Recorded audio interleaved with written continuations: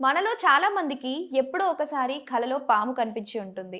ఆ కల వచ్చిన తర్వాత మాత్రం గుండెల్లో ఒకటే టెన్షన్. ఇదేమైనా చెడు సంకేతమా? లేక దేవుడి సూచన అని. కానీ ఆధ్యాత్మికంగా చూస్తే కలలో పాము కనిపించడం ప్రతిసారి చెడు కాదు. కొన్ని సందర్భాల్లో అది చాలా శక్తివంతమైన సంకేతంగా కూడా భావిస్తారు. హిందూ పురాణాల్లో పాముకు చాలా ప్రత్యేక స్థానం ఉంది. పరమశివుడి మెడలో నాగు ఉంటుంది. మహావిష్ణువి ఆదిశేషుడిపై విశ్రాంతి తీసుకుంటాడు.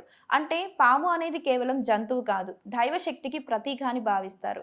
అందుకే కలలో పాము కనిపిస్తే దాన్ని జీవితంలో మార్పు రాబోతుంది అని సంకేతంగా కొందరు నమ్ముతారు. అయితే పాము ఎలా కనిపించిందో దాన్ని బట్టి అర్థం మారుతుంది.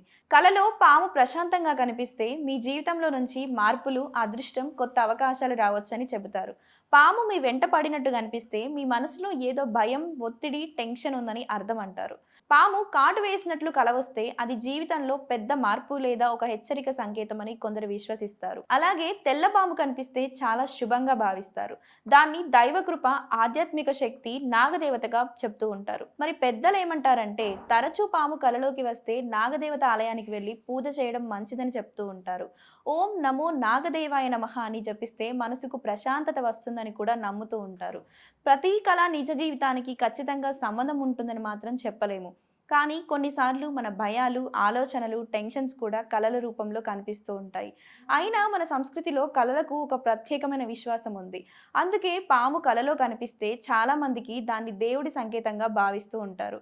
మరి మీకు ఎప్పుడైనా పాము కలలో కనిపించిందా? ఆ కళ తర్వాత మీ జీవితంలో ఏమైనా మార్పు జరిగి ఉంటుందా? మీ అనుభవాన్ని కామెంట్స్లో తప్పకుండా షేర్ చేయండి.